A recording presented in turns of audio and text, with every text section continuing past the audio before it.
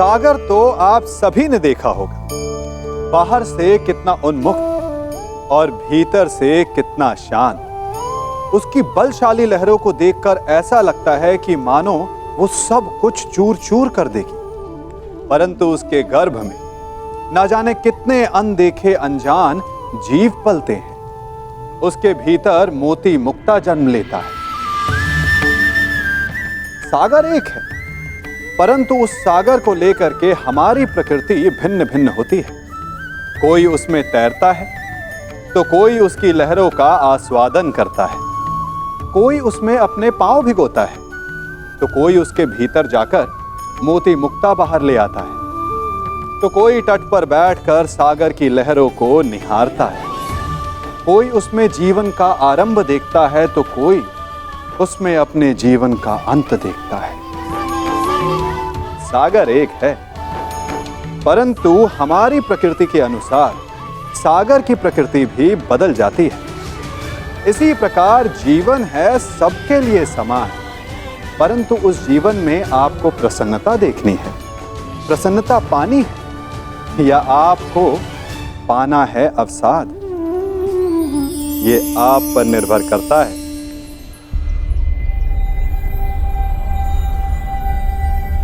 काल की भूख मिट चुकी है पार्थ,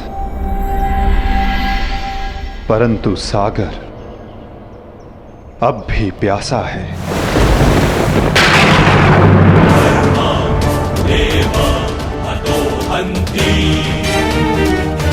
तुम शीघ्रता करो पार्थ, द्वारका की सभी स्त्रियों को और बालकों को अपने साथ हस्तिनापुर लेकर लौट जाओ।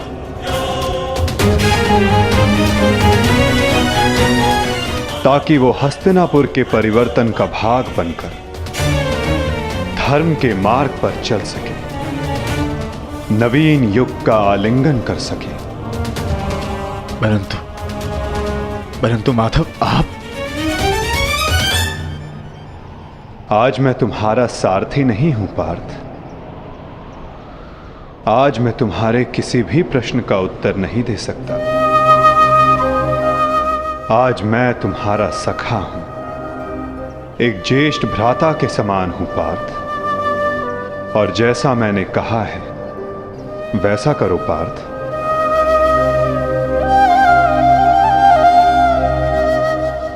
अभी किसी और से मिलने का समय है।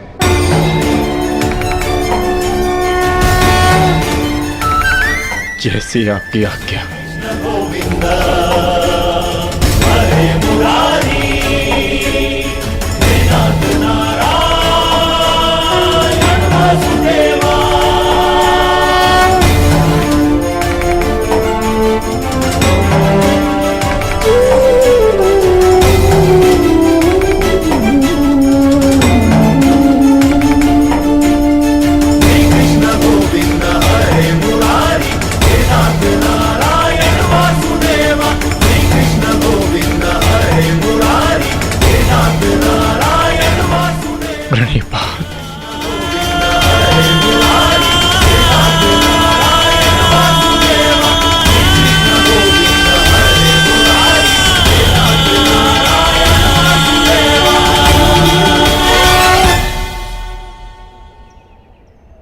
कौरव वंश के वट वृक्ष महामहिम भीष्म, जिन्हें इच्छा मृत्यु का वरदान था, क्या वासुदेव ने उन्हें अपने छल से धराशाही नहीं करवाया है?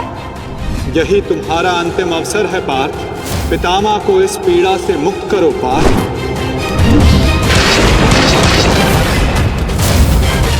वासुदेव ने द्रोण पुत्र अश्वत्थामा की मृत्यु का छल रचकर आचार्य द्रोण का वध नहीं करवाया है? क्या मेरे पुत्र दुर्योधन की रक्षा कर रहे उसके मित्र कर्ण को छल से नहीं मरवाया है वासुदेव ने? अंगराज को युद्ध का आवाहन दो पार्थ। यदि अंगराज के हाथों में विजय धनुष आ गया तो तुम कुछ नहीं कर पाओगे पार्थ। बाण संधान करो पार्थ।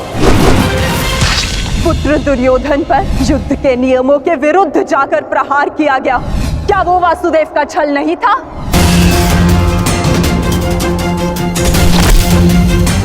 मैं तुम्हें श्राप देती हूँ कि जिस प्रकार तुमने मेरे कुल का अंत किया है, तुम्हारा कुल भी ऐसे ही आपस में लड़कर नष्ट हो जाएगा।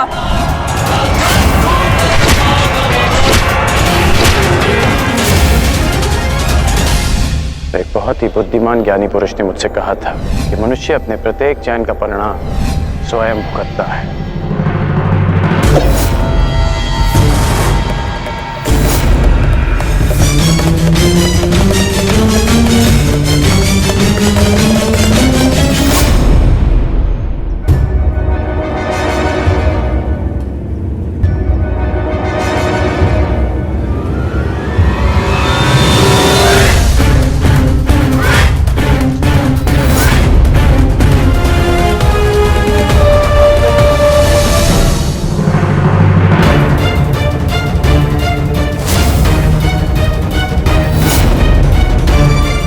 आज अच्छा आखेट मिलेगा।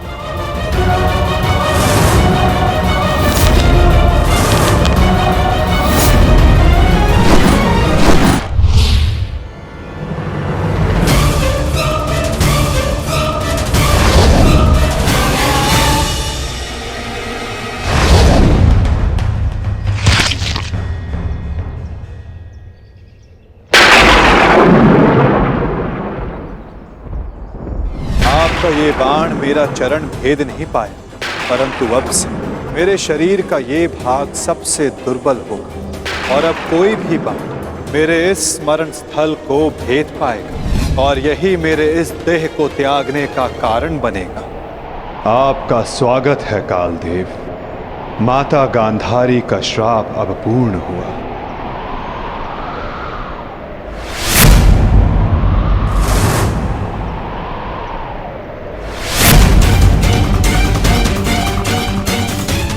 श्री कृष्ण, ये कैसा अनर्थ हो गया मुझसे? प्रभु, प्रभु मुझे माफ कर दो प्रभु, मुझसे बहुत बड़ी भूल हो गई। मुझे लगा कि यहाँ कोई हिरण है, परंतु। तुम विलाप ना करो व्याध। तुमने कुछ भी अनुचित नहीं किया। जो कुछ भी होता है सब में मैं स्वयं सम्मिलित होता हूं। कर्म के चक्र को कोई नहीं टाल सकता। त्रेता युग में मैंने जब श्री राम का अवतार लिया था, तब उस युग में तुम वीर वानर वाली के नाम से प्रसिद्ध थे और उस युग में मैंने बाण चलाकर तुम्हारा वध किया था और उस कारण हेतु आज तुम्हारा बाण मुझे आकर लगा है। मेरे जीवन का उद्देश्य धर्म स्थापना था और अब जब धर्म की नींव रखी जा चुकी है तो मेरी उपस्थिति इस धरती का संतुलन बिगाड़ देगी। हर मनुष्य इस धरती पर एक उद्देश्य लेकर आता है और उस उद्देश्य को पूर्ण करना उसका कर्तव्य होता है। मैंने अपने जीवन का उद्देश्य पूर्ण किया और आज तुमने अपना कर्तव्य पूर्ण किया व्याध। किंतु जब जब धरा पर अधर्म और अन्याय बढ़ेगा, मैं तब तब लौटकर पुनः आऊंगा। मैं जा रहा हूं, किंतु मेरी सीख गीता का ज्ञान बनकर समस्त संसार में शेष रहेगी। वो बालकों की चंचलता में होगी, इस संसार के कण कण में होगी। रूप बदलेगा किंतु मैं सदैव रहूंगा। शरीर का अंत होता है किंतु जो अमर रहता है वो है सीख।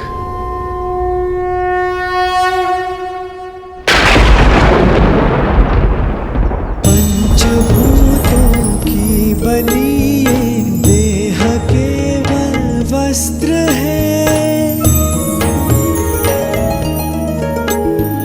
पंचभूतों की बनी ये देह केवल वस्त्र है। आत्मा का जो वास्तविक है घर कहीं यत्र है। व्यर्थ चिंता है जीवन की, व्यर्थ है मृत्यु का भय। आत्म को ना मार पाते शस्त्र अग्नि समय। ईश्वर स्वयं है सृष्टि सारी, कहाँ उसको खोजना। जो भी होता शुभ ही होता, सब उसी की योजना। कामनाएं फल की छूटे, वो ही सच्चा कर्म है। ईश्वर चरण में हो समर्पण, वो ही केवल धर्म है।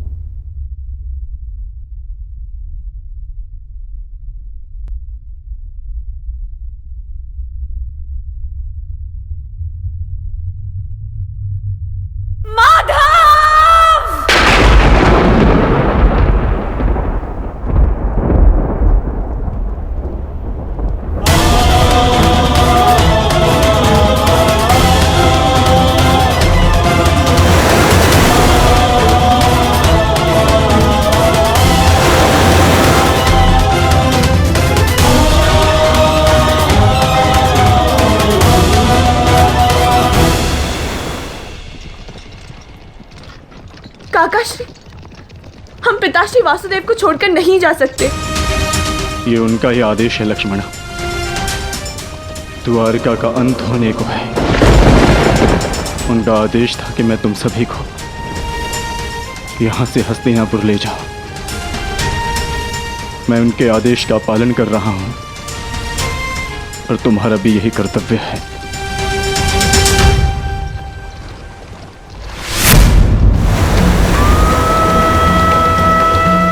हे भगवान,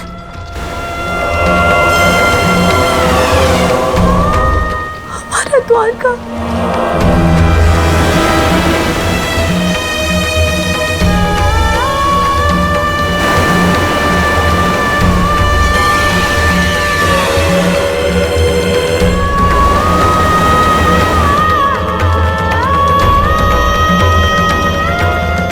माधव का संदेश था लक्ष्मणा कि लक्ष्य पूर्ण हो जाने के पश्चात समापन आवश्यक है, अन्यथा संतुलन बिगड़ता है। सृष्टि अपना संतुलन बना रही है लक्ष्मणा।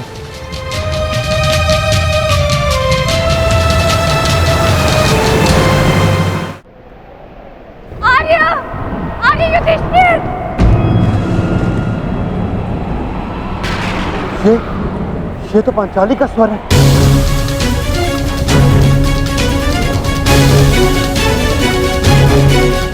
आर्या!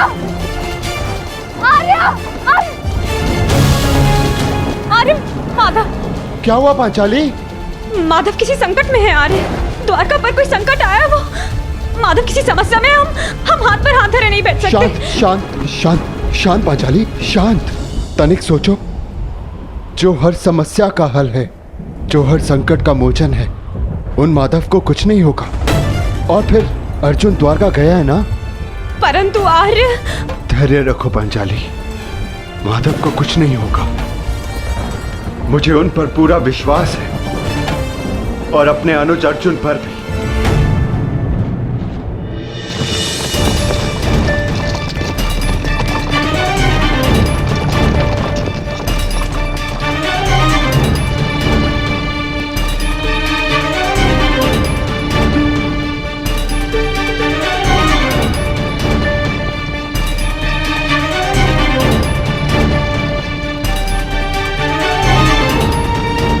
सारथी, रथ रोको।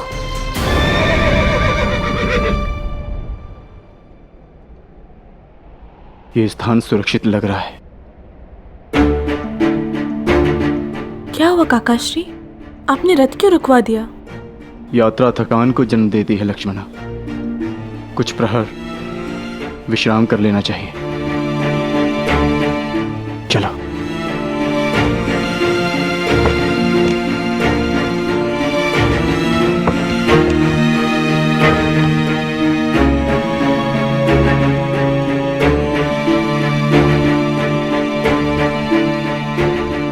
आज मैं तुम्हारा सारथी नहीं हूं पार्थ, आज मैं तुम्हारा सखा हूं। एक ज्येष्ठ भ्राता के समान हूं पार्थ, और जैसा मैंने कहा है वैसा करो पार्थ।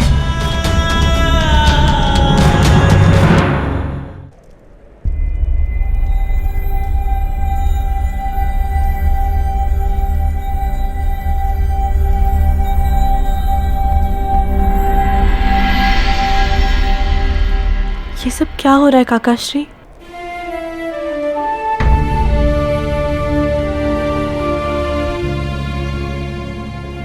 हम सभी मनुष्यों का जीवन एक यात्रा के भांति होता है लक्ष्मणा, जिसे हमें पूर्ण करना होता है। जहां से एक मनुष्य की यात्रा समाप्त होती है, वहीं से एक दूसरी यात्रा का आरंभ होता है। और यही जीवन है। परंतु हमारी यात्रा विशेष है लक्ष्मणा। तुम थक गई होंगी, जाओ विश्राम कर लो। जैसी आपकी आज्ञा हो।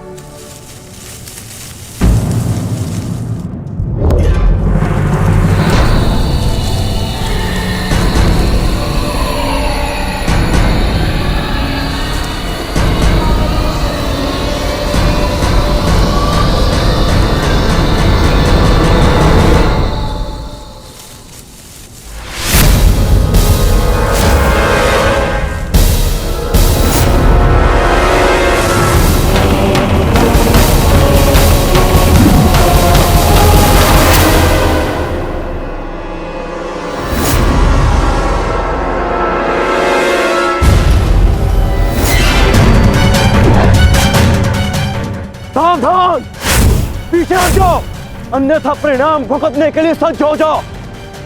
उत्तर दो इसे।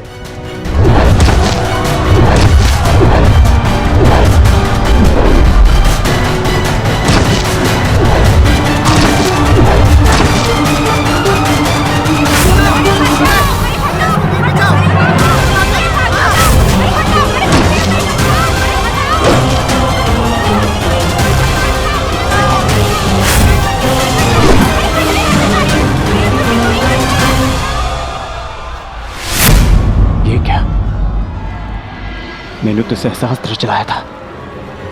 मेरे बाण शस्त्र बाणों में परिवर्तित क्यों नहीं हो रहे?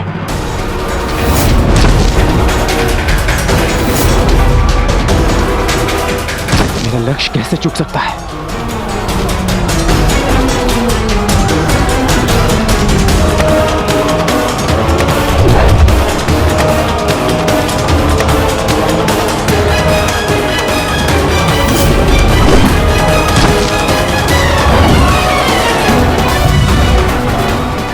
पर्वतास्त्र।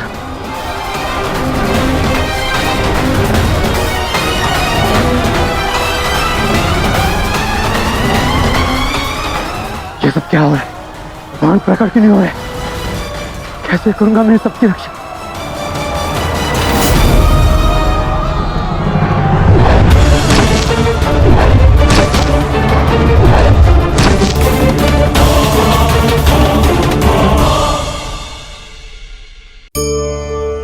कभी आप ब्रह्म मुहूर्त में जगे हैं? जगकर आकाश की ओर देखेंगे तो पाएंगे कि भोर होने से ठीक पूर्व रात्रि तनिक अधिक घनी हो जाती है। अर्थात जब समस्याएं अपनी चरम सीमा पर होती है तो उनका हल निकट होता है, परंतु जो इस अंधकार से हार जाता है वो इस अंधकार में डूब जाता है, और जो संघर्ष करता है वो उस अंधकार से उभर आता है। सदैव स्मरण रखिएगा, अंत चाहे कितना भी अंधकारमय क्यों ना हो, उसके पश्चात एक नया आरंभ फूटता है, एक नया उदय होता है। चक्रवात के पश्चात जो शांति छाती है, उसके पश्चात प्रारंभ होता है शुभ जीवन का, शुभ भविष्य का, शुभ नव प्रारंभ का।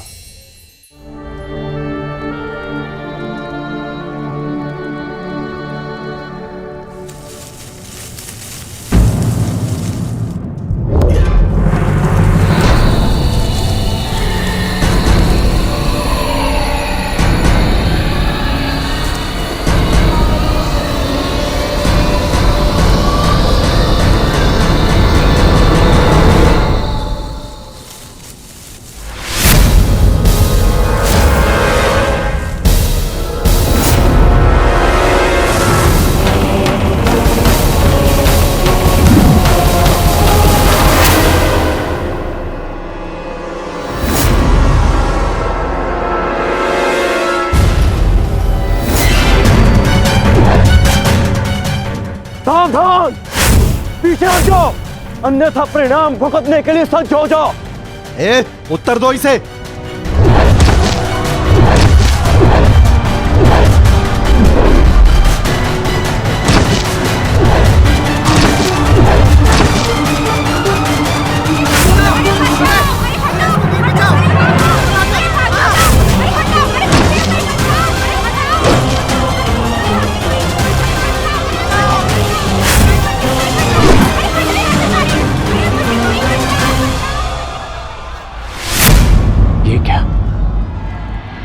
मैंने तो सहस्त्र चलाया था, मेरे बाण शस्त्र बाणों में परिवर्तित क्यों नहीं हो रहे?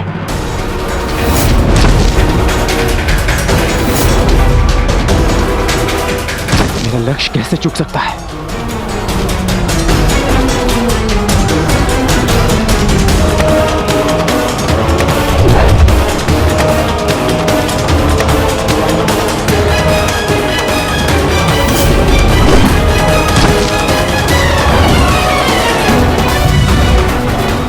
पर्वतास्त्र।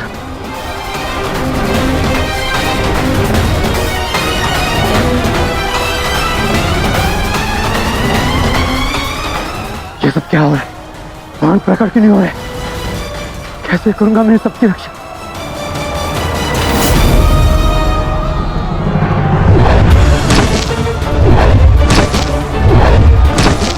तुम शीघ्रता करो पार्थ, द्वारका की सभी स्त्रियों को अपने साथ हस्तिनापुर लेकर लौट जाओ। किंतु माधव, मैं आपके आदेश का पालन कैसे करूं? कैसे करूं इन सबकी रक्षा?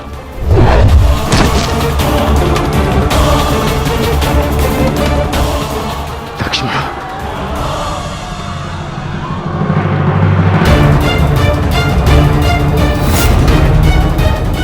इधर छुप के बैठिए।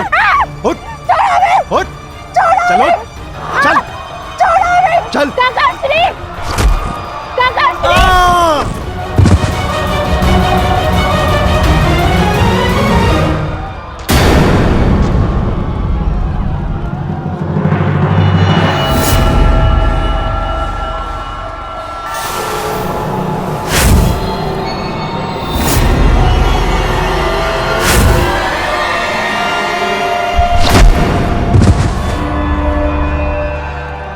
वो दिन समाप्त हुए अर्जुन, जब सारा संसार तुम्हारे गांडीव से कांपता था।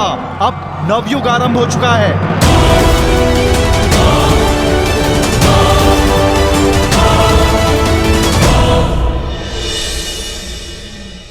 मैं समझ नहीं पा रहा हूं ज्येष्ठ, कैसे मेरे बाण अपना संधान नहीं कर पाए, कैसे मेरे गांडीव की प्रत्यंचा टूटी। मेरे रहते हुए मेरी सुरक्षा में आई कितनी स्त्रियों को वो कितने धन को लूट कर लेगा, और मैं कुछ नहीं कर सका। मैं माधव के आदेश का पालन नहीं कर पाया जैसे।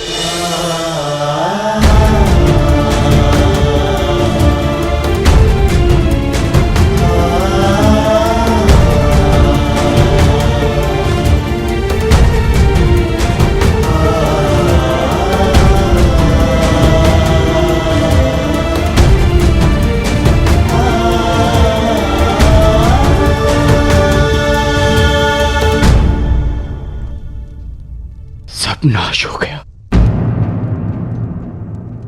कुछ नहीं बचा। माधव का संदेश क्या है अर्जुन? हर प्राणी के जीवन का एक कारण होता है, एक लक्ष्य होता है पार्थ, और उस लक्ष्य के पूर्ण हो जाने के पश्चात उसका सृष्टि में रहना संतुलन बिगाड़ता है। द्वारका की सभी स्त्रियों को और बालकों को अपने साथ हस्तिनापुर लेकर लौट जाओ, ताकि वो हस्तिनापुर के परिवर्तन का भाग बनकर धर्म के मार्ग पर चल सके, नवीन युग का आलिंगन कर सके। मैं समझ गया अर्जुन, मैं समझ गया।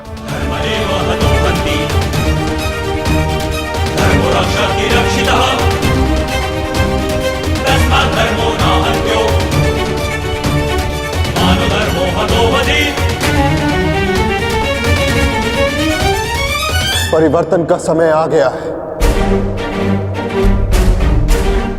नई पत्तियों को आने के लिए पुरानी पत्तियों का झड़ना आवश्यक है।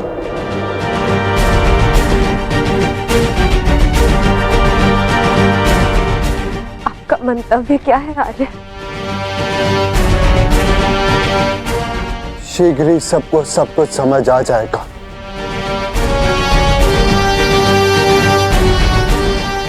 हस्तिनापुर की राजसभा का आह्वान किया जाए, परीक्षित और वृषकेतु को अवश्य बुलाया जाए।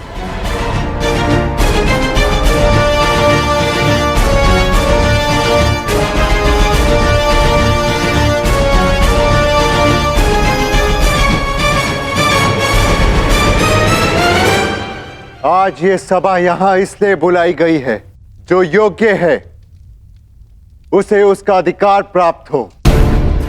हम सब यहां अपनी नई पीढ़ी का स्वागत करने के लिए एकत्रित हुए हैं। वृषकेतु,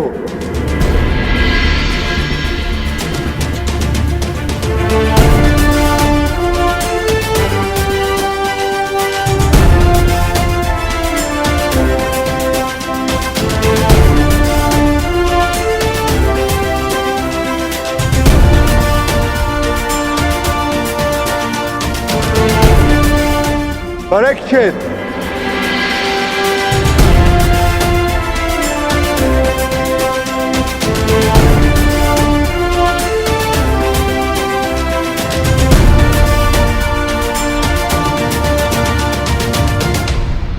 मैं सम्राट युधिष्ठिर आप सभी के समक्ष परीक्षित को हस्तिनापुर का राजा घोषित करता हूं। महाराज परीक्षित की, महाराज परीक्षित की, महाराज परीक्षित की, महाराज परीक्षित की। और वृषकेतु को इंद्रप्रस्थ नरेश घोषित करता हूं। महाराज वृषकेतु की, महाराज वृषकेतु की, महाराज वृषकेतु की, महाराज वृषकेतु की।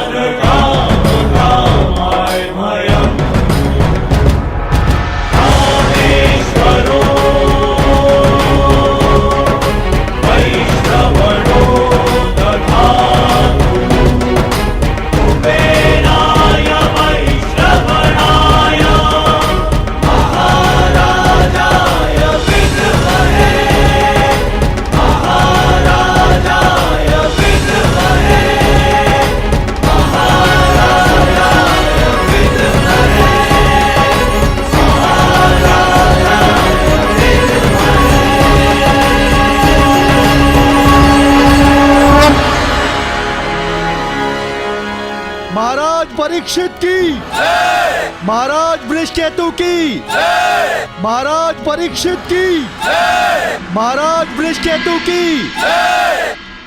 सदैव एक दूसरे का साथ देते रहना और स्मरण रखना कि शक्ति बिना उत्तरदायित्व के भान के विनाश लाती है।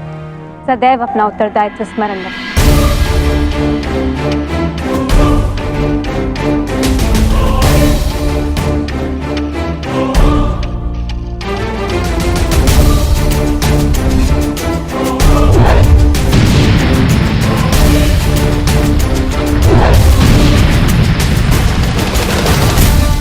तुम्हारे पिता ने तुमसे छोटी आयु में चक्रव्यूह तोड़ा था।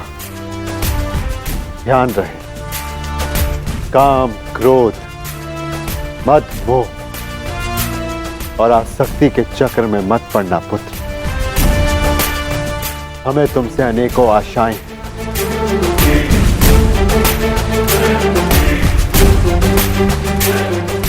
और तुम्हें उन पर खरा उतरना है। मुझे विश्वास है कि मेरे पश्चात परिवर्तन का अध्याय प्रारंभ होगा। हमारे पिता समाज के लिए प्रेरणा थे। तुम भी उनके जैसे सूर्य बनकर चमकना, उनके यश को और भी अधिक उज्ज्वल करना पुत्र।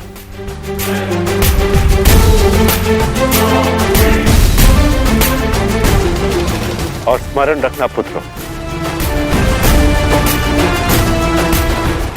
मनुष्य का कर्म उसके चुनाव, उसकी नियति का निर्धारण करता है। सदा शुभ कार्य करना।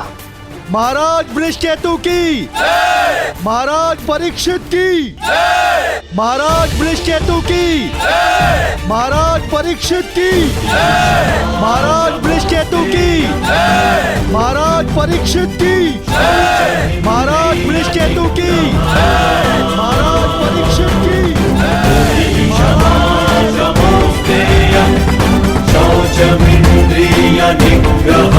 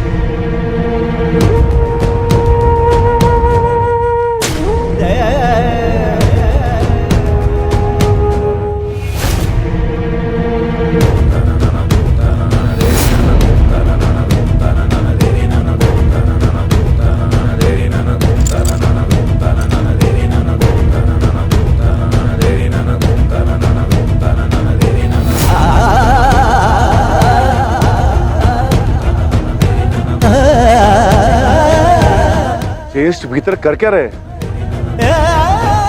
उन्हें भीतर के काफी समय हो गया है, हमें भीतर जाकर देखना चाहिए।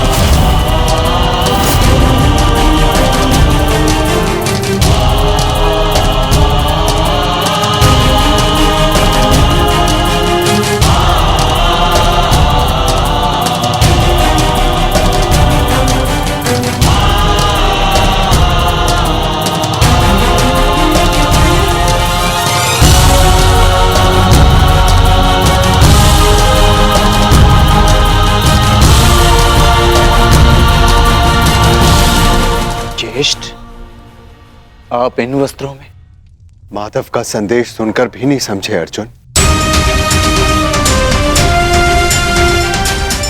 एक समय के पश्चात जब मनुष्य के जीवन का लक्ष्य पूर्ण हो जाता है तो उसकी उपस्थिति सृष्टि का संतुलन बिगाड़ देती है।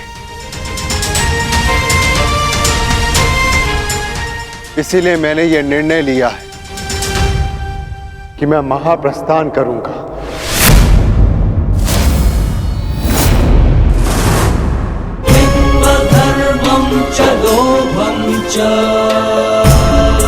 किंतु इस प्रकार आप हम सभी को अकेले छोड़ के नहीं जा सकते ज्येष्ठ। यदि आप महाप्रस्थान का निर्णय ले ही चुके हैं तो हम सब आपके साथ चलेंगे।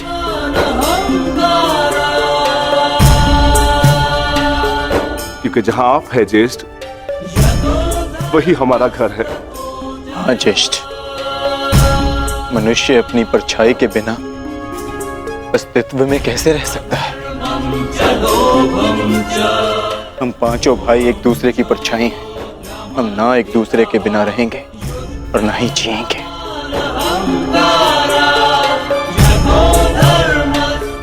एक बार फिर आप सबने अपने भ्राता प्रेम का उदाहरण प्रस्तुत किया, किंतु मेरा क्या आर्य?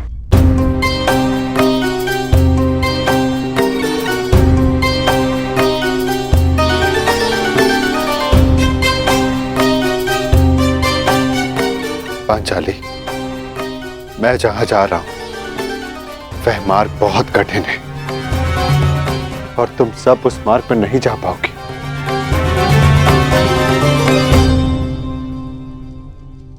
कोई भी मार्ग मेरे जीवन रूपी मार्ग से ज्यादा कठिन तो नहीं हो सकता ना आर्य?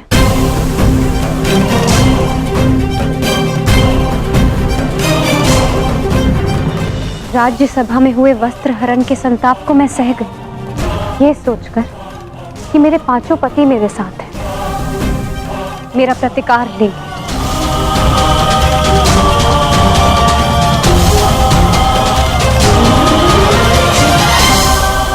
राज्यसभा में हुए वस्त्र हरण के संताप को मैं सह गई, ये सोचकर कि मेरे पांचों पति मेरे साथ हैं, मेरा प्रतिकार ले।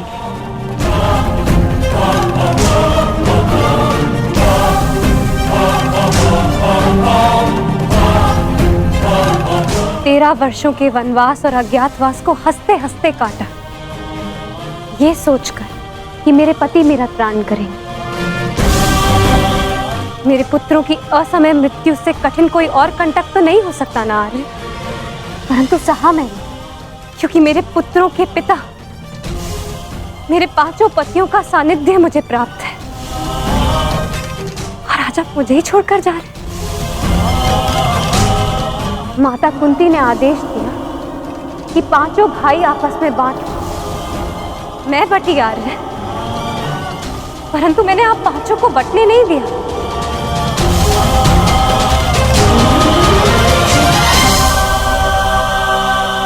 चाहे मार्ग के कांटे हो या पत्थरों की ठोकरें, हम सबका प्रारब्ध साथ है।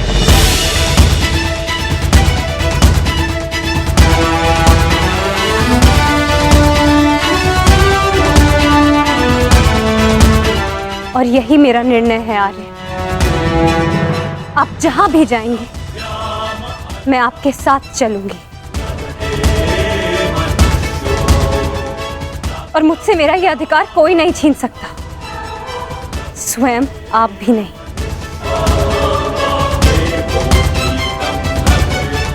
मैं चयन कर चुकी हूं आर्य, अब इस यात्रा का जो भी परिणाम होगा मुझे स्वीकार होगा।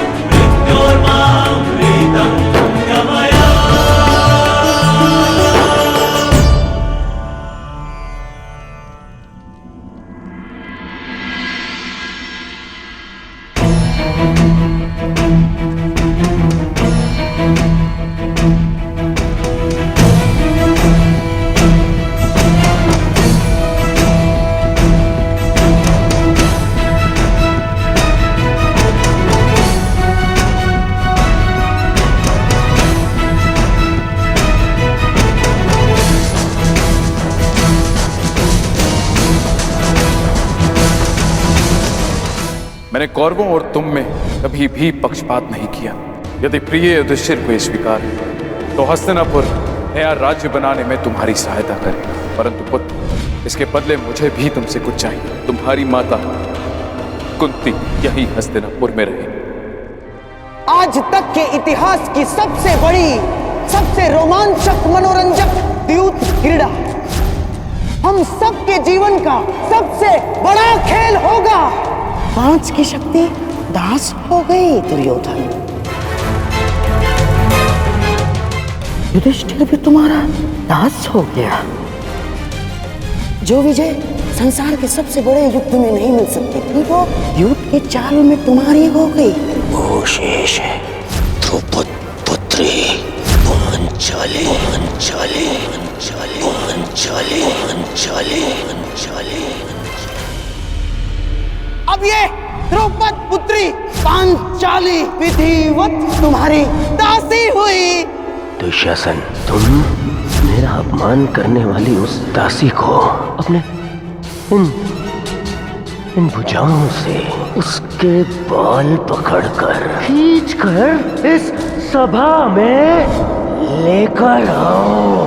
दुर्योधन, तुम अपनी सीमा का अतिक्रमण कर रहे हो। वहीं पर उन्हें विराम लगा दो। तुम इस भांति एक स्त्री का अपमान नहीं कर सकते। सावधान दुर्योधन, आप अपनी प्रतिज्ञा की सीमा में बंधे हैं पितामह।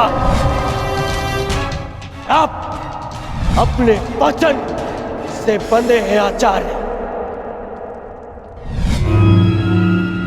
और तुम कर्ण मेरी मित्रता के बंधन में बंधे हो कर्ण।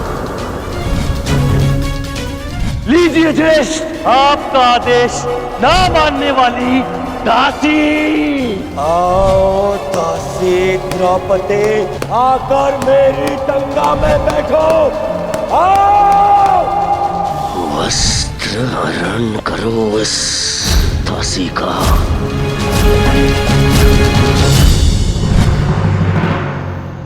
पुत्र परीक्षित, सदा द्यूत और शर्त से दूर रहना पुत्र।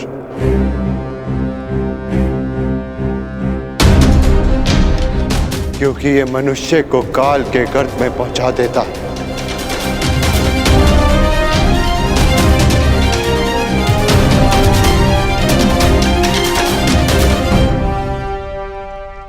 इस सभा में इतना सब कुछ हो जाने के बाद भी आप सब मौन हैं, परंतु इस अधर्मी दुर्योधन को उसके कुकर्मों का दंड अवश्य मिलेगा। और उससे पहले इस सभा में उपस्थित वो हर व्यक्ति जिसने मौन रहकर ये अधर्म होते हुए देखा, उन्हें उनके मौन रहने का दंड मिलेगा। श्राप है ये अग्निसुता द्रौपदी का।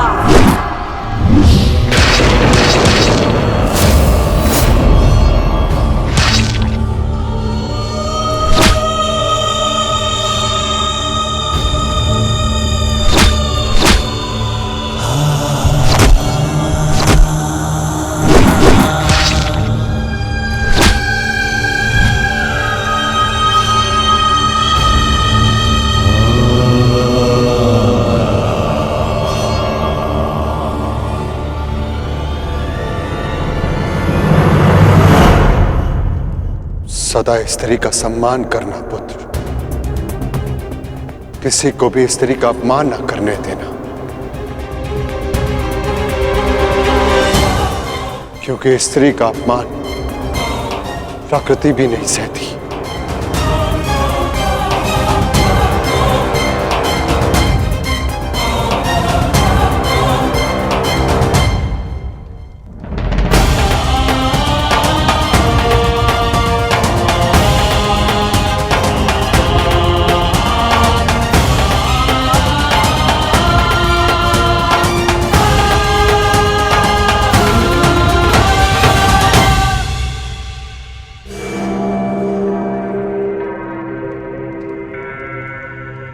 मैं दुर्योधन आज हस्तिनापुर के सिंहासन को दांव पे लगाता हूं। बस दुर्योधन, हस्तिनापुर पर तुम्हारा कोई अधिकार नहीं। तो जिनका अधिकार है मैं उन्हीं से पूछ लेता हूँ। पिताश्री, मेरा इस सिंहासन पे अधिकार नहीं।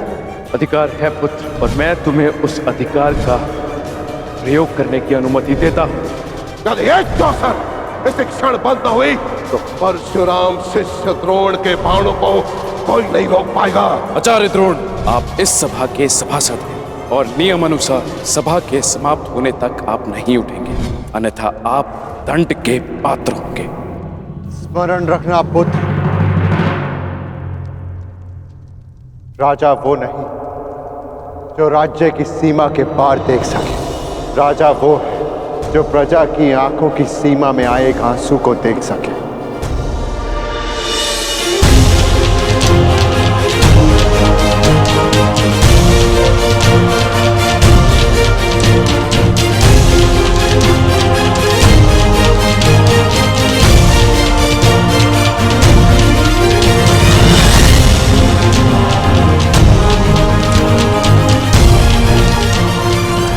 राजनीति का नहीं, सदा प्रजा नीति को ध्यान में रखकर निर्णय लेना पुत्र। क्योंकि यदि प्रजा प्रसन्न न तो राजा के मुकुट में जड़े रत्नों को कांटे बनते समय नहीं लगता।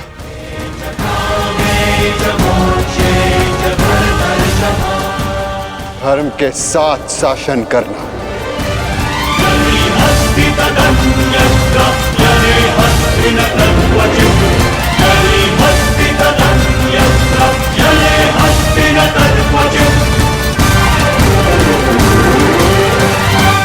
महाप्रस्थान का समय हो गया है।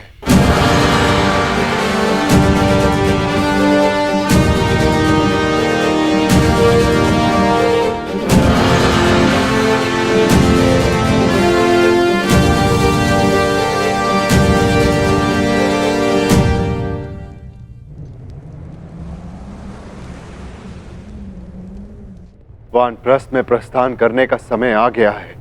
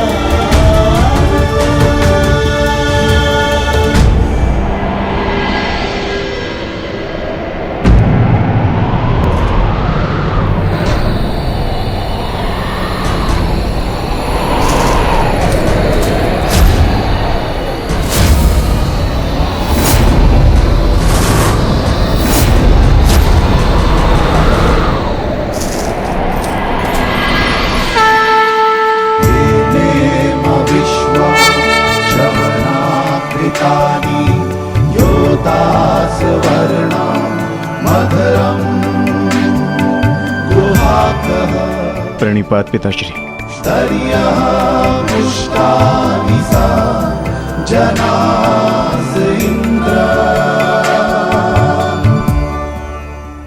महाप्रस्थान का अर्थ समझते हो ना पुत्रों?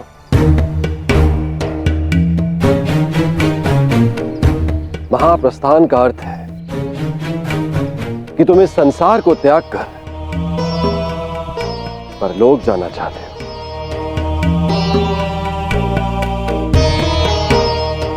परंतु स्मरण रहे, यह मार्ग इतना सरल नहीं है पुत्रों। हमारे समक्ष अनेक विपदाएं, अनेक समस्याएं उत्पन्न होंगी।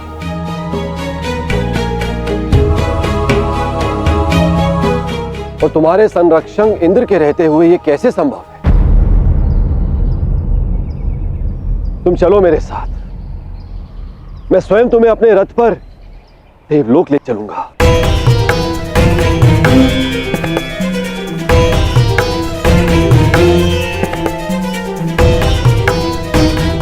आपका हमारे प्रति ये प्रेम गदगद कर देने वाला है इंद्रदेव। परंतु हम आपके साथ जाएंगे या नहीं, इसका निर्णय स्वयं इंद्रपुत्र लेंगे।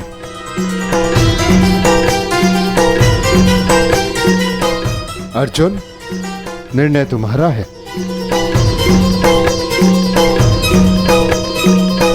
पिताश्री, हम पूर्ण रूप से देव नहीं, हमारे भीतर आधा अंश मानवों का है और मनुष्य को परलोक तक पहुंचने के लिए यात्रा करना अनिवार्य है। हम मनुष्य की पीड़ा और समस्याएं सहते हुए महाप्रस्थान करेंगे।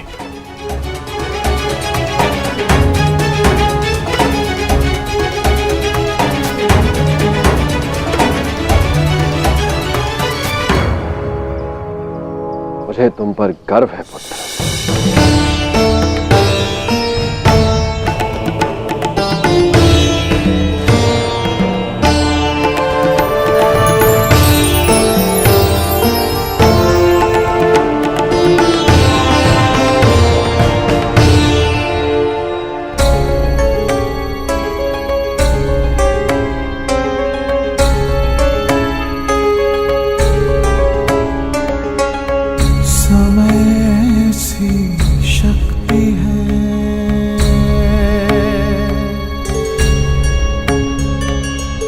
सभी समय से हारे,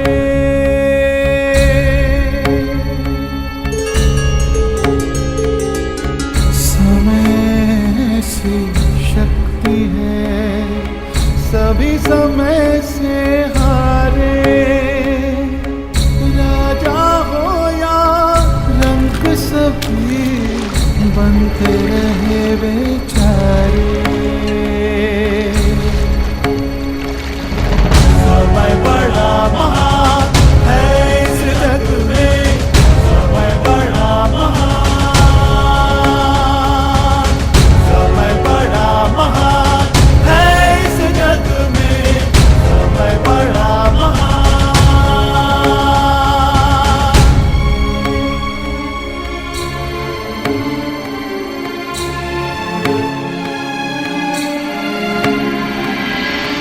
माया का धुआं फैलाए, भ्रम के जाल बिछाए, मन में घृणा द्वेष भरे, फिर अपनों को लड़वाए। सही समय पे सत्य को लाए, झूठ को करे किनारे। राजा हो या रंक सभी बनते रहे बेचारे, बनते रहे बेचारे। समय बड़ा महान है इस जग में, समय बड़ा महान, समय बड़ा महान है इस जग में, समय बड़ा महान।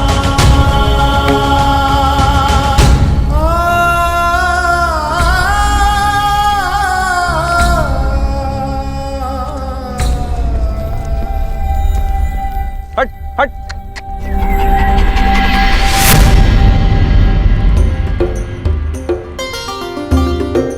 देखिए ना ज्येष्ठ, कब से ये कुकुर हमारा पीछा कर रहा है। जाओ, हमारे पास तुम्हें देने के लिए कुछ भी नहीं है। प्रतीत होता है कि आर्यनकुल के रूप पर मोहित हो गया है।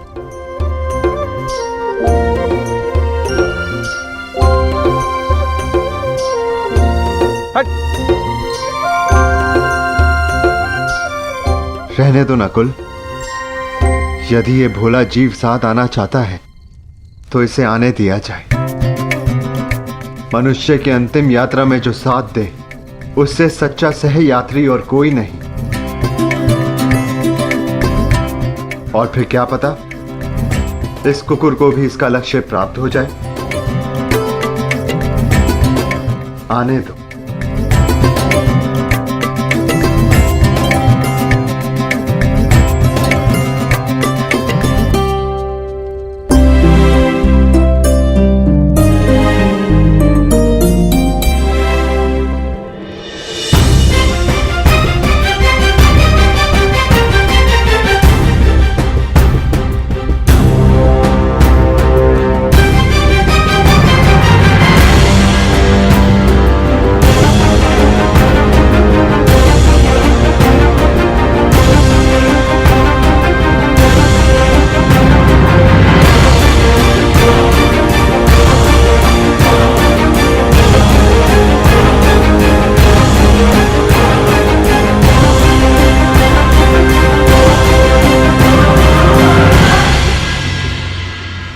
ज्येष्ठ, ऐसे कठिन चढ़ाई हम कैसे चढ़ेंगे? मार्ग अब दुर्गम नहीं, अगम हो गया है, और किस ओर जाना है इसका भी कोई भान नहीं।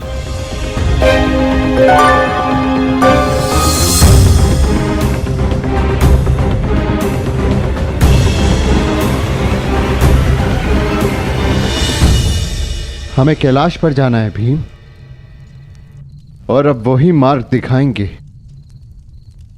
जो कैलाशपति हैं।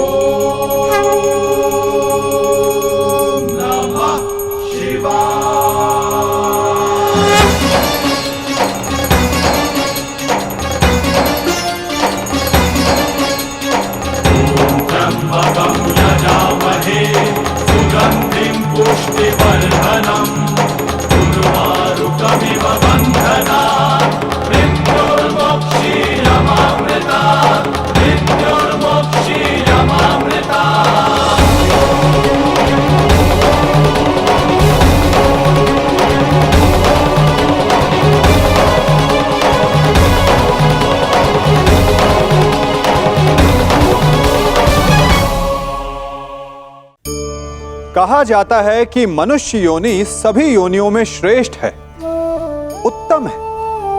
क्यों? क्योंकि वो बातें कर सकता है, विचार कर सकता है, या वो आविष्कार कर सकता है, अद्भुत यंत्र बना सकता है। नहीं, क्योंकि मनुष्य के भीतर करुणा, चेतना और सद्भाव वास करते हैं। सामान्यतः हर प्राणी योनियों की 4 उद्देश्य होते हैं: सोना, अपनी भूख मिटाना, अपना क्षेत्र बनाना और संतान की उत्पत्ति करना। किंतु मनुष्य योनि श्रेष्ठ इसलिए है क्योंकि अपनी भूख मिटाने के साथ साथ वो प्रयास करता है कि औरों की भूख भी मिटे, सब लोग मिलजुल कर विकास करें। वो समष्टि के लिए सोचता है। अपने आप चरना तो पशु की प्रवृत्ति होती है, परंतु दूसरे के लिए स्वयं का बलिदान कर देना, दूसरे के दुख को समझने की करुणा, यही प्रवृत्ति एक मनुष्य को भिन्न बनाती है। जिस दिन मनुष्य के भीतर करुणा लुप्त हो जाएगी, उस दिन वो मनुष्य सामान्य पशु बनकर रह जाएगा। ओम नमः शिवाय।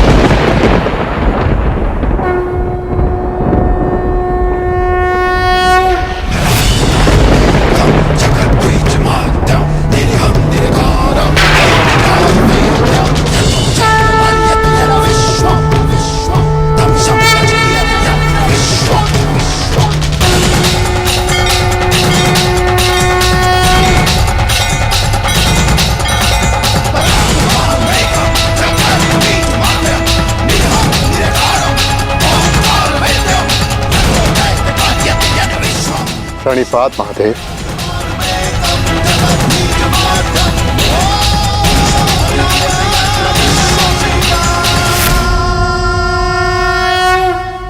तपस्या तो सभी करते, परंतु अपने कर्म में रत रहकर भी जो ईष्ट का स्मरण करे वही वास्तविक तपस्वी है। युधिष्ठिर, तुम सबने एक क्षण भी मेरा ध्यान नहीं त्यागा। मैं प्रसन्न हुआ। यहाँ पृथ्वी का छोर आ गया है पांडुपुत्रों। इससे आगे का मार्ग इहलोक को जाता है।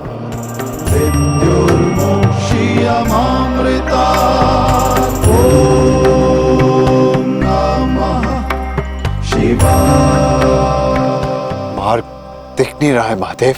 क्योंकि इस मार्ग पर चलने का मूल्य चुकाना पड़ता है। जो सरल नहीं।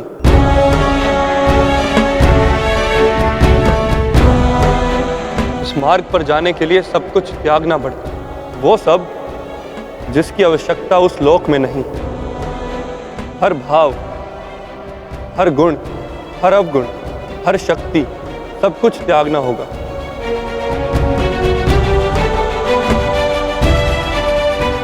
जब मनुष्य में केवल पंच तत्व रह जाते हैं, आत्मा में चेतना और हृदय में धर्म, तो ही ये मार्ग दिखता है। मैं समझ गया महादेव, मैं समझ गया।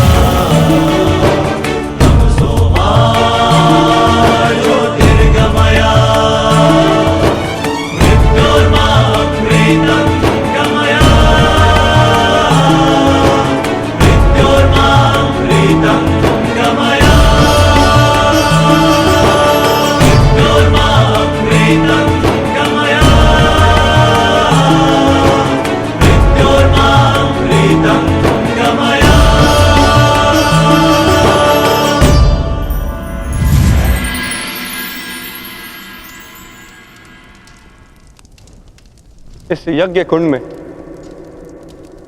अपना हर भाव, हर शक्ति समर्पित कर दो पांडुपुत्रों।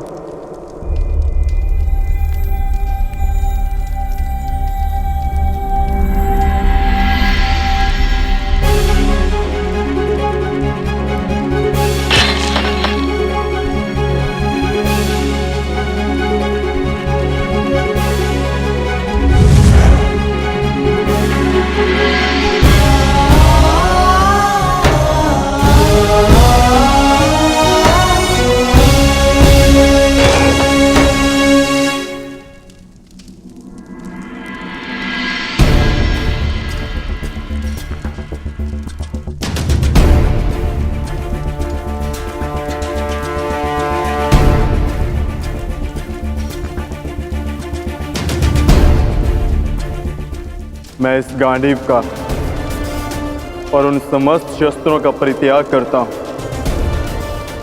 जो मैंने देवों से पाए।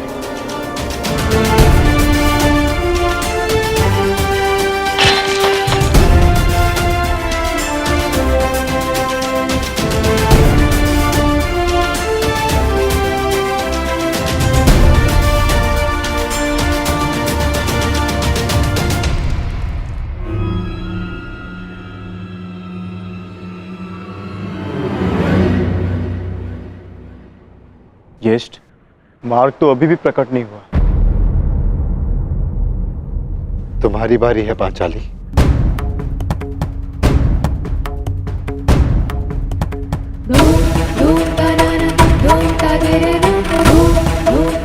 ना ही मेरे पास कोई अस्त्र है और ना ही कोई शस्त्र, परंतु मैं अपने हृदय की अग्नि, अपनी सभी आकांक्षाओं और सभी भावनाओं को इस पवित्र अग्निकुंड में समर्पित करती हूँ।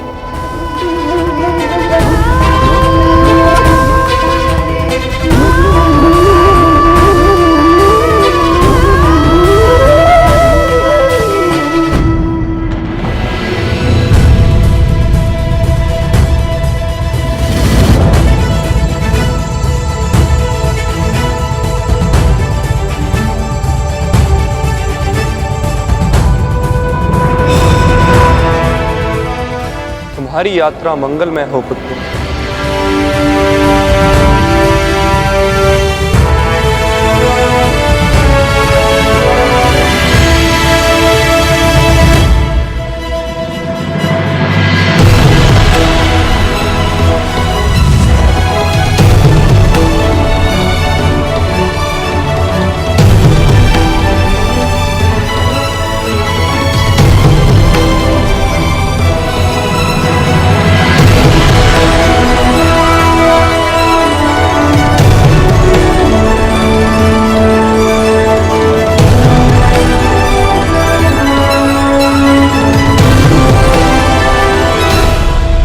क्या कर रहे हैं ज्येष्ठ?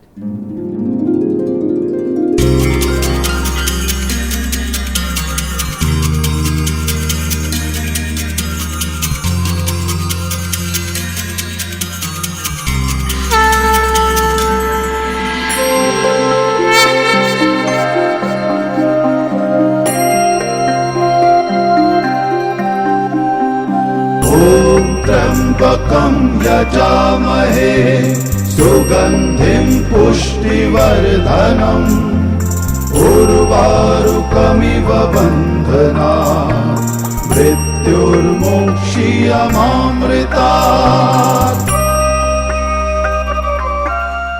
यहाँ महादेव ने हमें जीवन का अर्थ समझाया है। सुगंधिं पुष्टिवर्धनम्।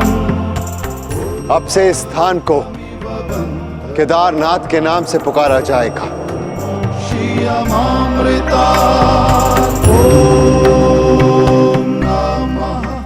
जो भी यहाँ आकर दर्शन करके अपनी भावनाओं और कामनाओं का त्याग करेगा उसे देवलोक का मार्ग प्राप्त होगा। शिवा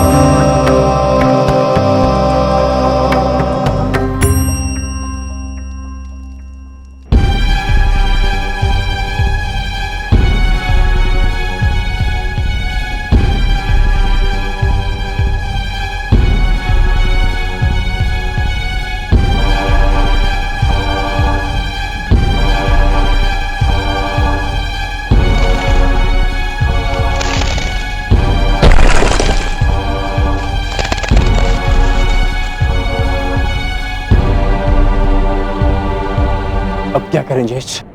आगे कोई मार्ग दिखाई नहीं दे रहा और ये चढ़ाई और भी कठिन होती जा रही है।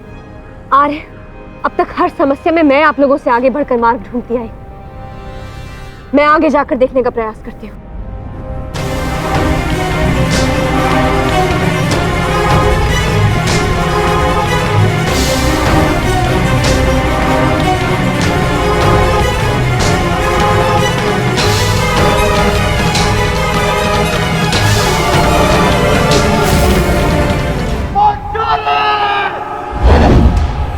पांचाली!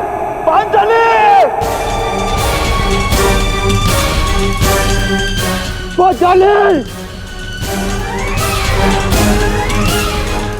पांचाली! पांचाली!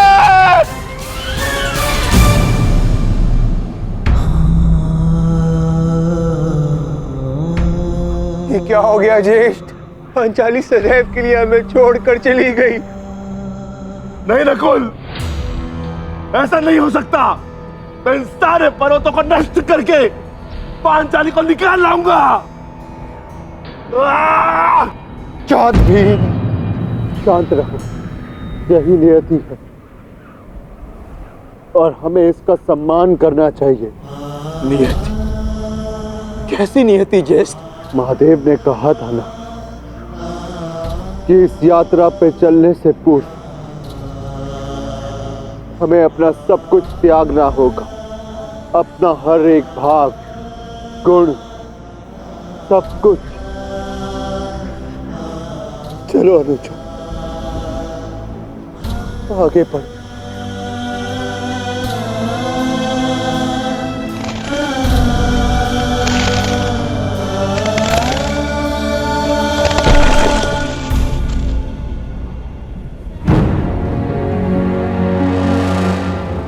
देखिए ज्येष्ठ, कितना सुंदर पुष्प है। मैं इसे अभी लेकर आता हूं। नकुल, नकुल रुक जाओ, आगे खाई है। तुम्हें दृष्टि भ्रम हुआ है, वहां कोई पुष्प नहीं है। ज्येष्ठ, आप इसे नहीं देख पा रहे हैं, बिल्कुल निकट से इसे मैं देख पा रहा हूं।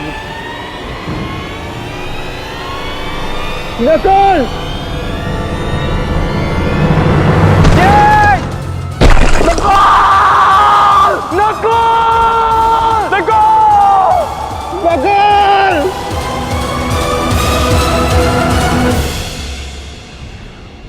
यही नकुल की नियति थी। उसे स्वयं की सुंदरता से बड़ा मोह था और वो सुंदरता के मोह से ही अंत को प्राप्त हुआ। वो अपने मोह के भाव को नहीं त्याग पाया और इसी कारण उसका अंत हुआ। आगे बढ़ो अनुजा, यात्रा अभी शेष है। आओ।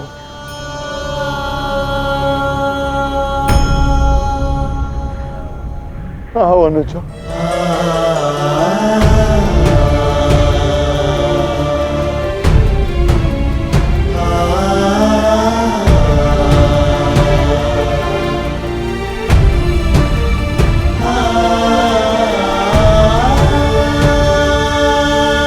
सहदेव,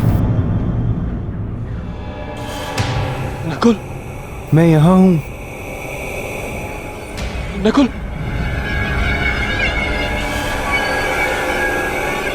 सहदेव, रुक क्यों गए?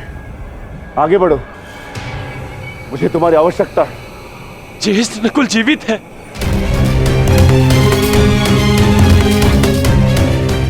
ज्येष्ठ, मैं उसे सुन सकता हूं। मैं उसे लेकर आता हूं। अनुज, देखो, ये तुम्हारा भ्रम है। भ्रम? भ्रम में तो आज तक आप हमें रखते आए हैं ज्येष्ठ, क्योंकि आपने कभी हमसे प्रेम किया ही नहीं। आपके सहोदर नहीं है ना हम? सौतेले भाई अंत तक सौतेले ही होते हैं।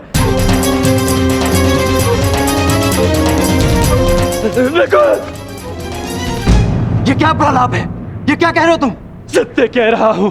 आपको नकुल के जाने का कोई दुख नहीं, क्योंकि मैं और वो आपके सगे भाई नहीं है। नहीं सहदेव, ये क्या? किंतु वो मेरा सगा भाई है और उसके बिना मैं यहाँ से नहीं जाऊंगा। नहीं सहदेव, नहीं, कुछ नहीं है। नहीं चाहिए, नहीं चाहिए आपकी सहायता। सहदेव, आप तीनों तो चाहते नहीं कि वो बचे। मैं अपने भाई को स्वयं बचाऊंगा। सहदेव, सहदेव!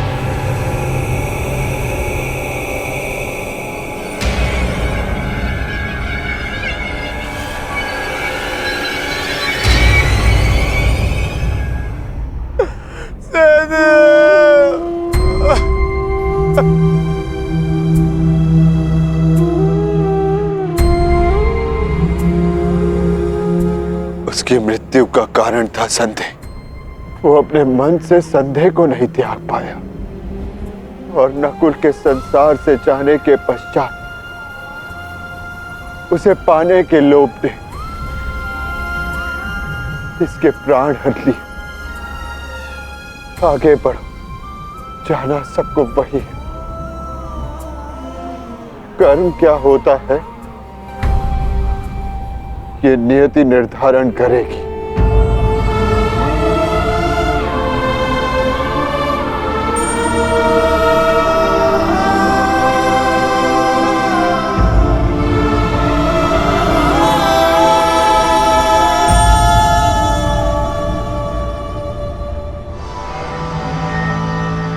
ज्येष्ठ, आगे कुछ भी दिखाई नहीं दे रहा है।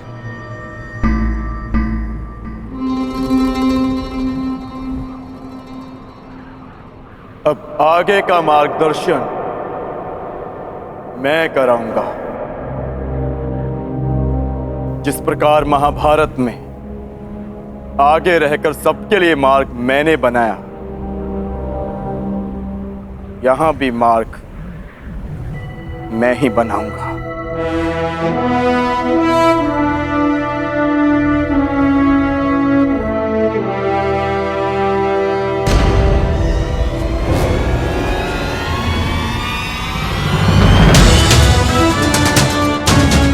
तो बहुत बहुत विहल खाई है।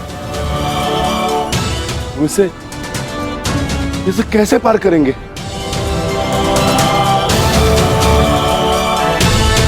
इसे पार करना कौन सी बड़ी बात है भ्राताश्री। गांडीव नहीं, परंतु आचार्य द्रोण की शिक्षा तो है मेरे पास।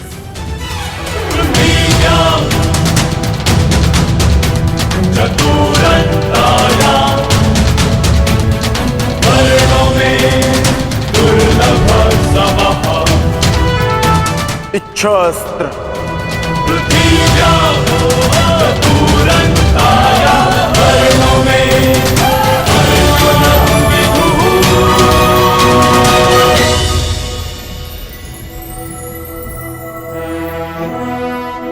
पार जाने का प्रबंध हो गया है ज्येष्ठ। आगे बढ़िए।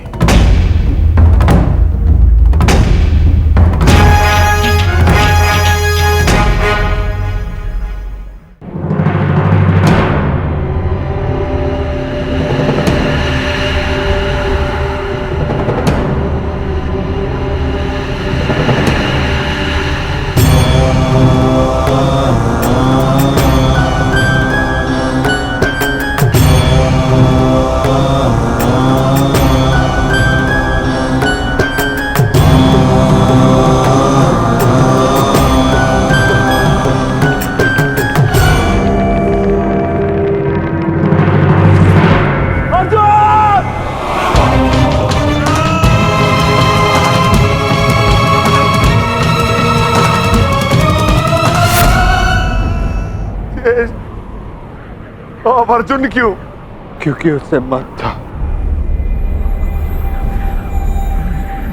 कि उससे श्रेष्ठ कोई नहीं। केदारनाथ में वो अपने मत को नहीं त्याग पाया, इसीलिए वो अंत को प्राप्त हुआ। आगे बढ़ो अनुज, यात्रा शेष है।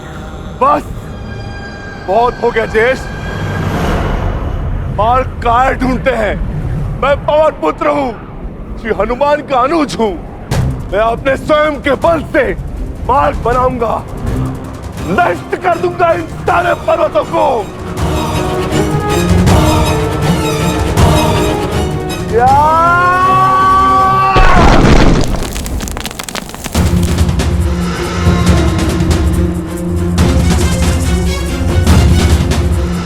आगे बढ़िए ज्येष्ठ।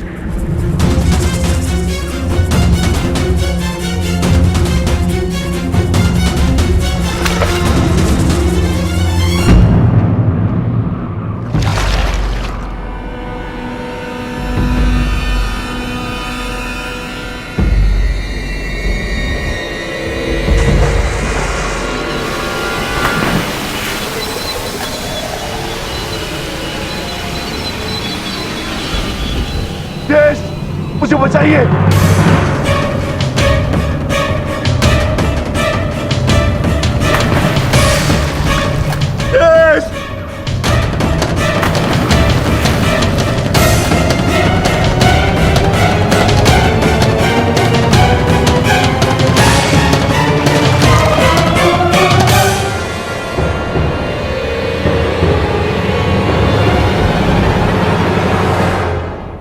क्षमा करना भीम, तुम महाबली पवन पुत्र भीम हो, अपनी सहायता करने में सक्षम हो, परंतु ये भोला कुकुर अपनी सहायता नहीं कर सकता, इसीलिए मैंने इसे बचाया। मैं समझ गया ज्येष्ठ, मेरा अंत आ गया है, परंतु इससे पूर्व मैं अपने अंत का कारण जानना चाहता हूं। ज्येष्ठ बताइए। क्रोध, तुम्हारा क्रोध भयंकर था विक्रोधन। तुमने क्रोध में उनके भी प्राण लिए जिन्होंने कोई दोष नहीं किया था, और आज तुम्हारे अंत का कारण क्रोध ही है। तुम्हें शांति मिले अनुज। धर्मं च लोभं च मोहं चोषमस्थितः युध्याधमानहंकारा यतो धर्मस्ततो जयः।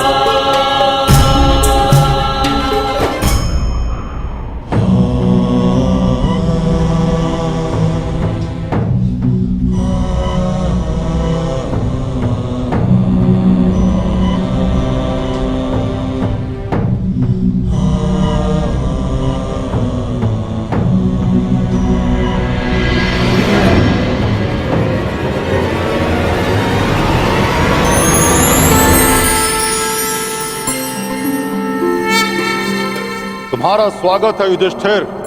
वस्वताय धर्मराजाय भक्तानुग्रह कृतये। प्रणिपात धर्मराज। इस परलोक की यात्रा में तुम काम, क्रोध, मोह, लोभ सबसे विरक्त रहे, इसलिए तुम्हें सशरीर स्वर्ग में प्रवेश करने का वरदान मिलता है।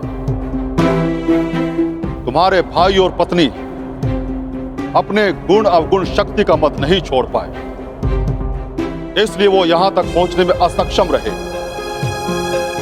ये एक सीख है युधिष्ठिर कि अपना परम स्थान पाने के लिए सब कुछ त्यागना पड़ता है। आओ भीतर चले आओ।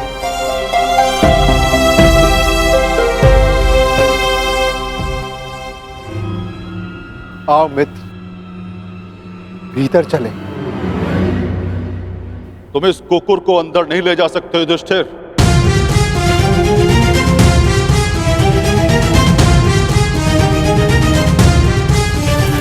क्षमा कीजिएगा धर्मराज, परंतु जिन कठिनाइयों से जिस प्रकार मैंने इस यात्रा को पूर्ण किया है, उसी प्रकार इस कुकुर ने भी इस यात्रा को पूर्ण किया है। और हर यात्री को लक्ष्य तक पहुंचने का फल अवश्य मिलना चाहिए। मैं इस कुकुर को छोड़कर नहीं जाऊंगा। जो अंत तक साथ दे वही धर्म है, और इस नाते ये कुकुर मेरा धर्म है। मैं युधिष्ठिर अपने धर्म को त्याग कर स्वर्ग की कामना भी नहीं कर सकता धर्मराज। आप आज्ञा दें, मैं लौट जाऊंगा।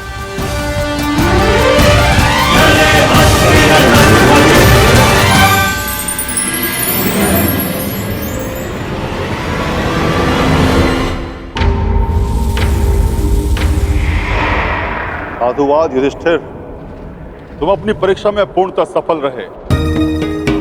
जो धर्म का साथ नहीं छोड़ता, धर्म उसे अवश्य परम धाम ले जाता है। चलो मेरे साथ स्वर्ग चले। जैसी आपकी आज्ञा धर्मराज।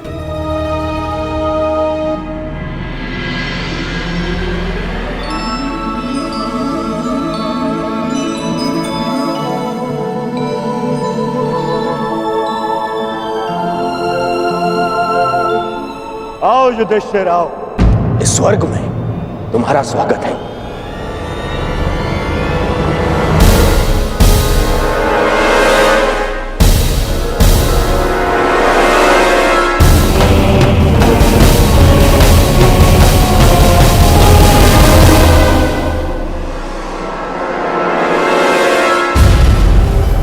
अंततः हम मिल ही गए।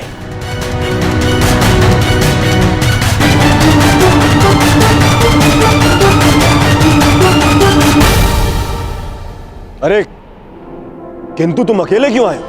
तुम्हारे बाकी पांडव और पांचाली उन्हें कहां छोड़ाए? उन्हें साथ नहीं लाए? अरे कहीं ये भय तो नहीं था कि मैं दोबारा तुम्हारे भाइयों को दास बना दूंगा और द्रौपदी को दासी? हाँ?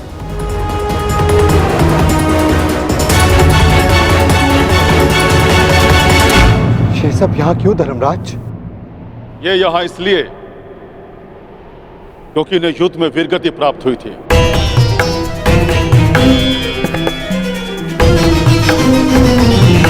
और ये पहले से निश्चित था कि जो कुरुक्षेत्र में वीरगति प्राप्त करेगा उसे स्वर्ग में स्थान मिलेगा। परंतु मेरे भाई और पांचाली कहाँ है धर्मराज? मुझे उन्हें देखना है। आओ मेरे साथ।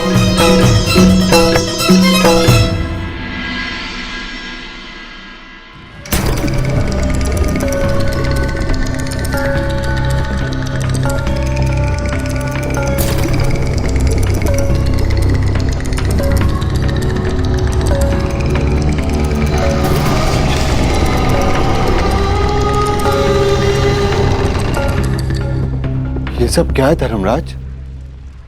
कैसा स्थान है ये नर्क है युधिष्ठिर। नर्क? नर्क।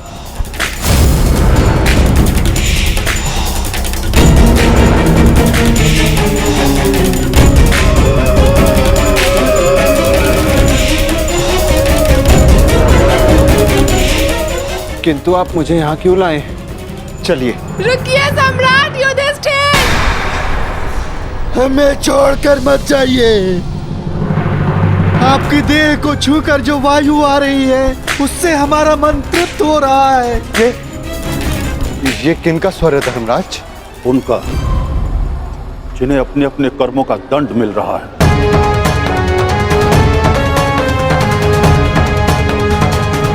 मैं उनसे मिलना चाहता हूं। चलिए मेरे साथ।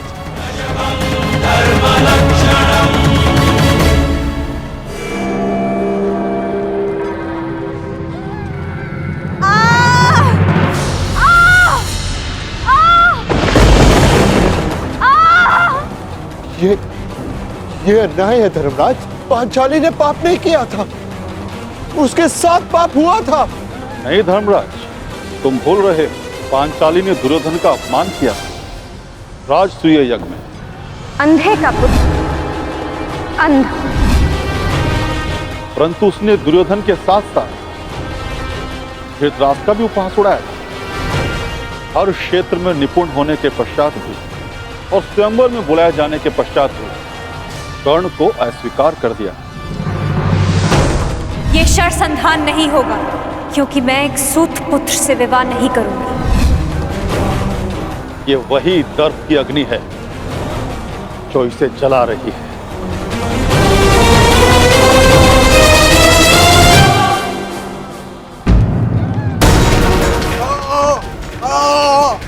वो ये कौन है?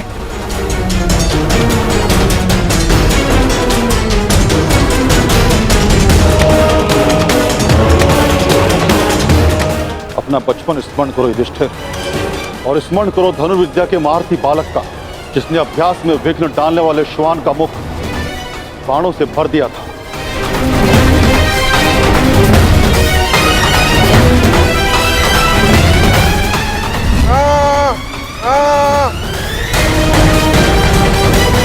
एकलव्य? परंतु ये एकलव्य नहीं, ये वो है जिसके कारण एकलव्य को धनुर्विद्या का त्याग करना पड़ा और अपने अंगूठे का भी त्याग करना पड़ा।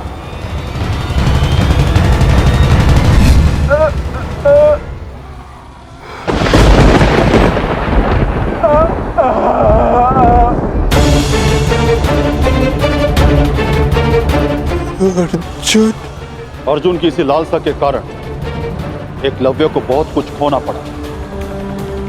वही पाप अर्जुन को इस परिस्थिति में ले आया है। तो फिर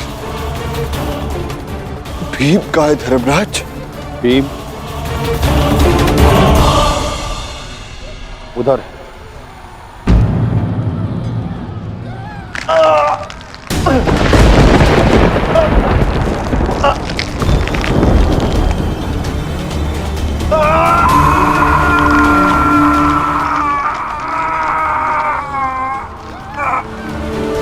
भीम की ये दशा क्यों धर्मराज?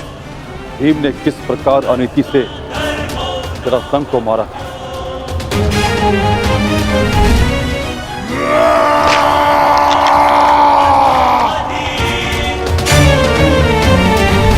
और किस प्रकार दुर्योधन की जंगा तोड़ी थी।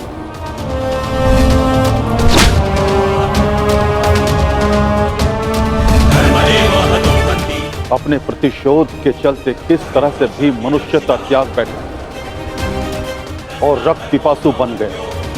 धर्म की स्थापना के लिए कभी कभी वध आवश्यक हो जाता है, परंतु बर्बर बनना उचित नहीं। भीम को उसकी बर्बरता का दंड मिल रहा है। क्या नकुल सहदेव को नहीं देखना चाहोगे? नहीं नहीं धर्मराज, वो दोनों फूल से जैसे बालक, मेरे पुत्र जैसे, मेरे भाई नहीं, मैं उन्हें नहीं देख पाऊंगा, नहीं देख पाऊंगा मैं उन्हें।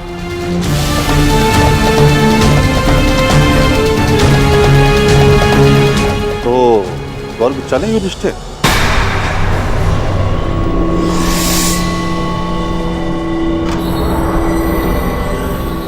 मैं क्यों? क्योंकि तुम अकेले अपने भ्राताओं में निष्पाप हो, इसलिए तुम्हें स्वर्ग में स्थान मिला।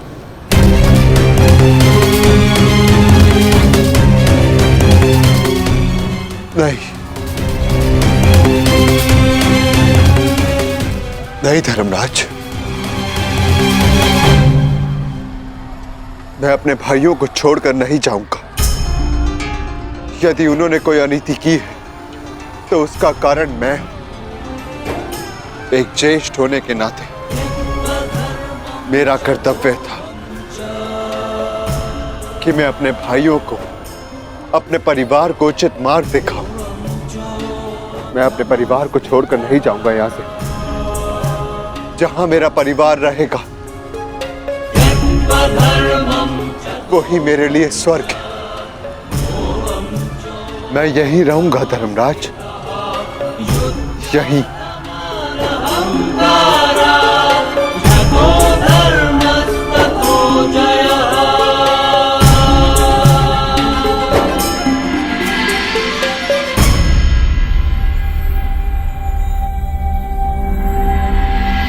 अद्भुत युधिष्ठिर, अद्भुत।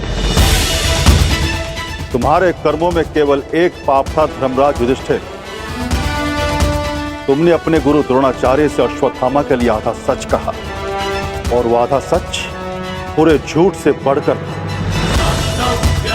इसलिए तुम्हें ये यातना दी गई। तुम्हारे सभी भ्राता और समस्त परिवार वहां है स्वर्ग में, तुम्हारे स्वागत के।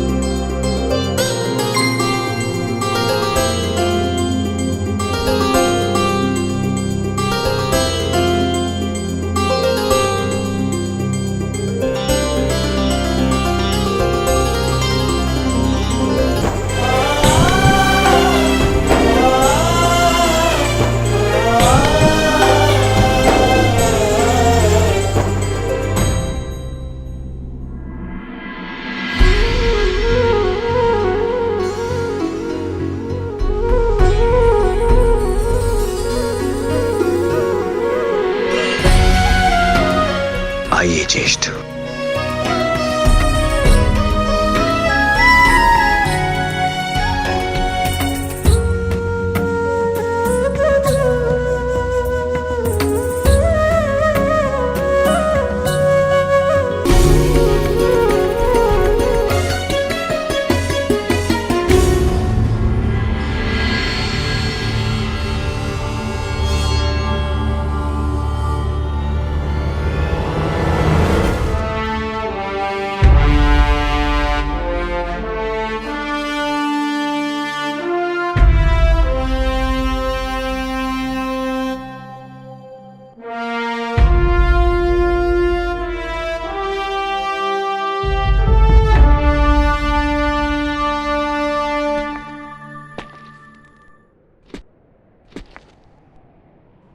दिव्य दृष्टि से बाण शक्ति से जीते ये सारा रण।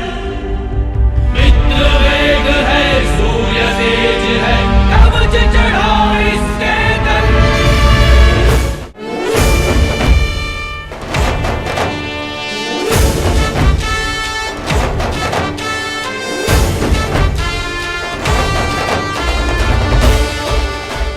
ज्येष्ठ,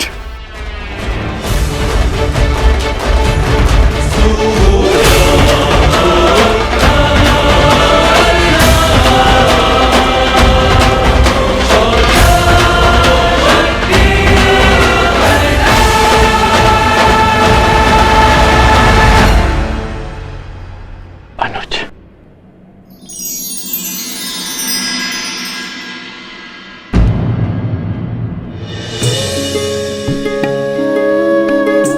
माधव,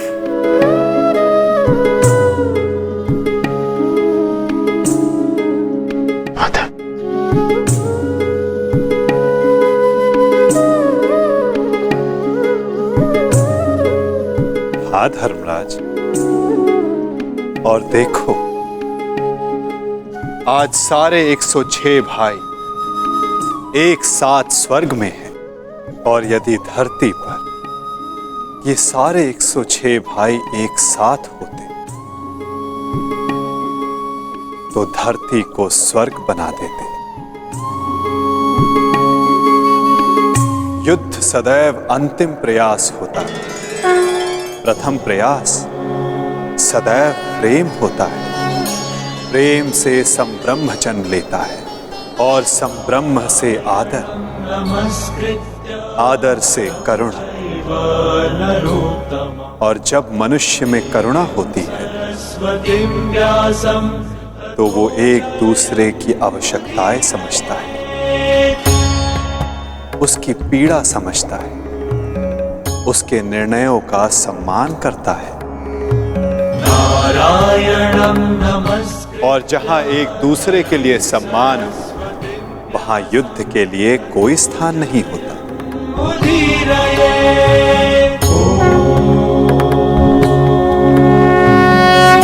परंतु माधव, धरा को आपकी कमी अवश्य अनुभव होगी। मैं दूर कहां हूं, मैं तो कण कण में हूं, तृण तृण में हूं। मैं हर मनुष्य के भीतर हूं। जहां मेरी सोच है मैं वहां हूं।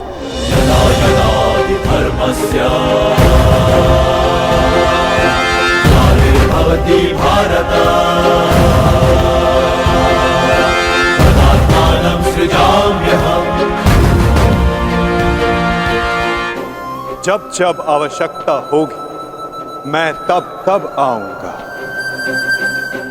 और आशा करूंगा कि इस बार मैं युद्ध में नहीं, परिवर्तन की यात्रा का सारथी बनूं, उसका सारथी बनूं जिसके मन में विजय नहीं, परिवर्तन का भाव हो।